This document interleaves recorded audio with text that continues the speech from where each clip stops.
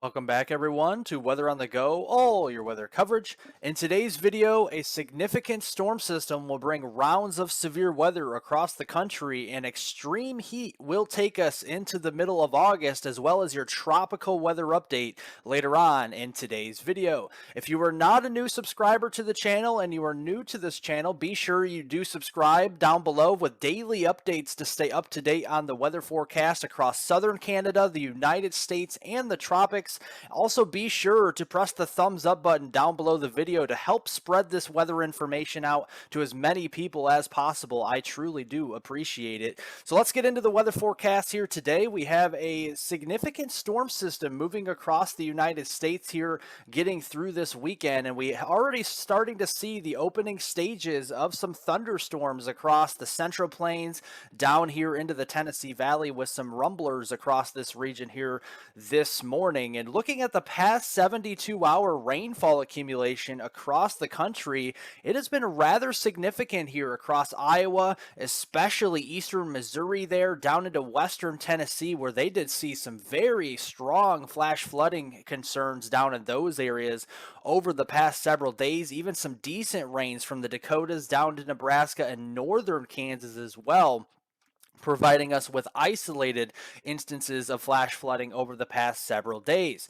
Well, where we stand now, we still have those heat headlines across the lower Mississippi Valley, getting into Texas here and Oklahoma, across the southern plains, even back here into the desert southwest, with those heat advisories in the orange and those excessive heat warnings in the purple here. We even have some red flag warnings where it's very dry, very hot here. That's where we have the potential for rapid wildfire growth in those areas there, from southwestern Oklahoma, northwest Texas, down there into south central Texas. So definitely be on guard for that later on today. But looking at the generalized weather pattern here, we have much of the same picture that we've seen the last several days. We have the high pressure system centered down here into West Texas, the northern periphery of that across the Central Plains into the Ohio Valley.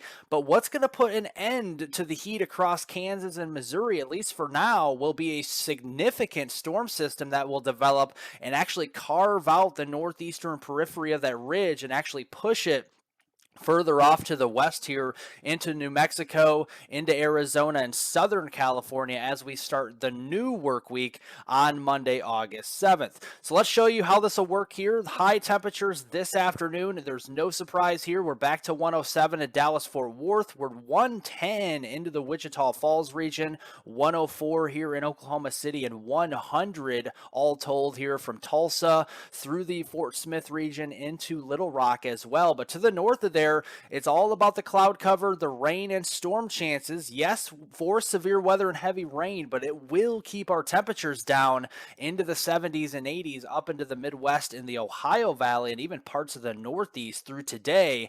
Then as that gets a little bit stronger on Sunday, pushing across the Great Lakes, it's going to surge the cooler weather with the 70-degree line getting into northern Missouri, northern Kansas, and northeastern Colorado. And actually, we're down into the mid-90s for highs. A nice welcome relief from the extreme triple-digit heat across Oklahoma into Arkansas. But down here into portions of North Texas on southward, the game is on for hundreds once again. We have 106, 107 all across portions of North Texas, from Dallas-Fort Worth to Abilene, back here to Lubbock and Midland, Texas.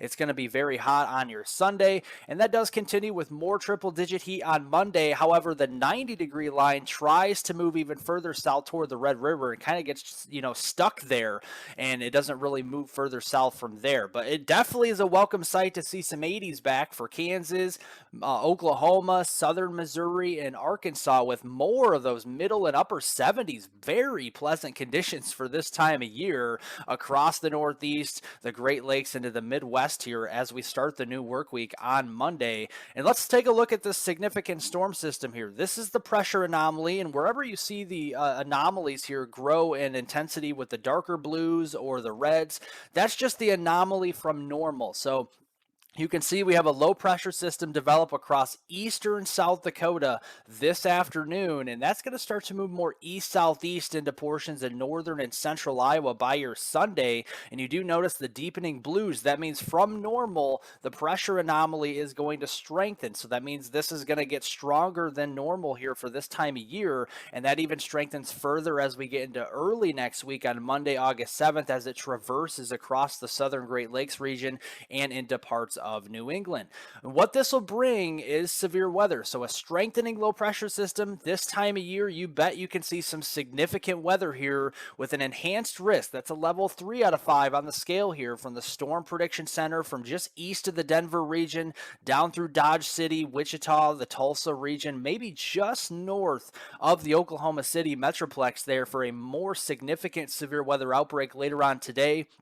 But we also could be seeing some scattered severe weather across the Kansas City region, Omaha, and over here towards Indianapolis and even Nashville as we go through later on today. Let's walk you through the hazards here. So the initial storms that develop off the Front Range here into eastern Colorado, down into the central and southern plains, will be very large hail producers. We're talking hen egg size or larger, those 2-inch or larger in diameter hailstones with those initial supercells as they develop here. And then it will turn into more of a windbag as it moves across southern Kansas, through portions of Oklahoma, into northern Texas panhandle here. This could be a significant wind maker, with wind gusts potentially up to 80 to even 90 miles per hour with this as it traverses through the Dodge City region, Wichita, Tulsa down here toward Amarillo, Oklahoma City. We really need to be keeping an eye on this.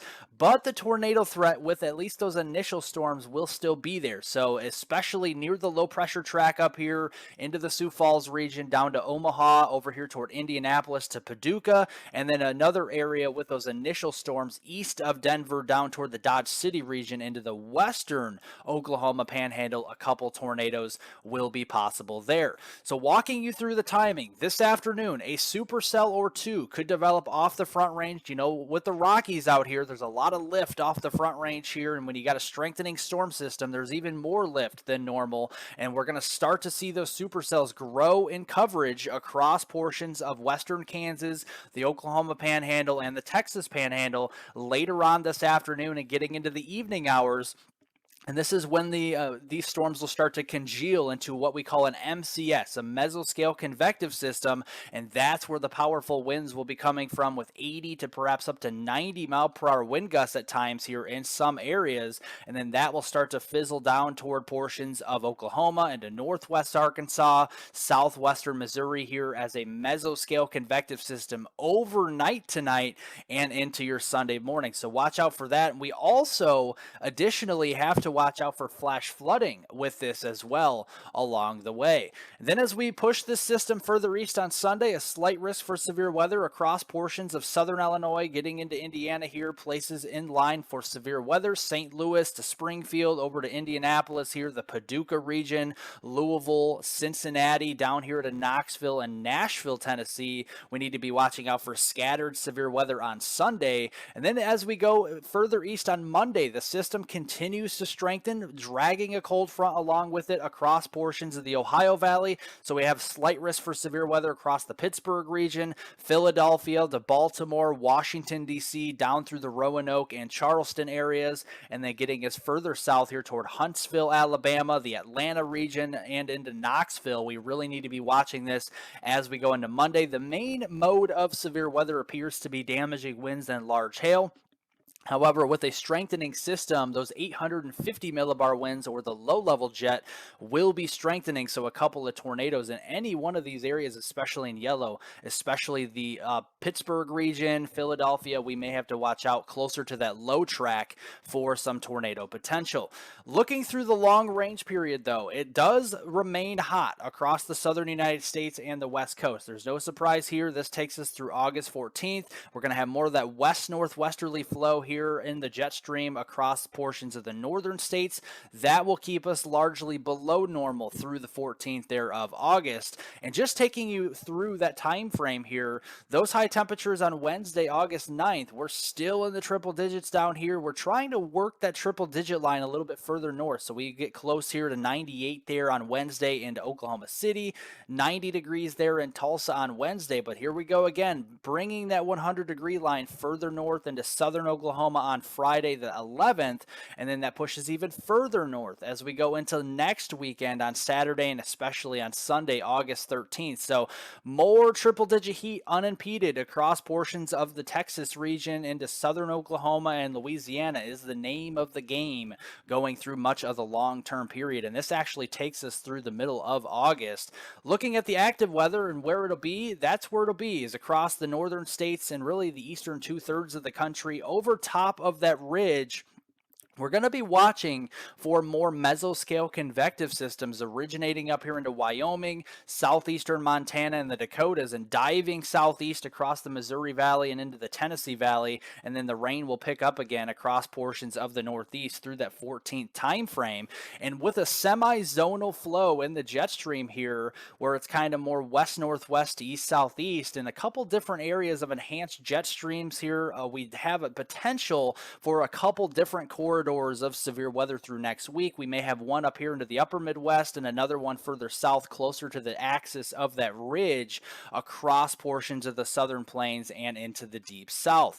And one of those are actually evident as we go into the middle of next week. The Storm Prediction Center, it's rare they go this far out here this time of year, but the day 5 outlook on Wednesday, August 9th spells out a slight risk for the St. Louis region, Springfield, Missouri, Kansas City again, back to Tulsa here, the Memphis area, and even Paducah, Kentucky. So we need to keep an eye on Wednesday, as this could be a more significant day of severe weather moving forward. But just in general, over the next 7 days through next Saturday, August 12th, this is your rainfall totals across the country and even into southern Canada. So you see the heaviest rains will be closer to where that low pressure system tracks across the Dakotas, Iowa, down here into central and northern Illinois, southern Wisconsin, getting through the Ohio Valley through Indiana, Ohio, getting into the northeast here, and even parts of Quebec. We could even start to see some very heavy rains in excess of 3 inches anywhere in the red here. But where it's dry, it's going to be hot, folks. So from Louisiana to Texas through the Four Corners region, Nevada, California, Oregon, yeah, it's going to be very hot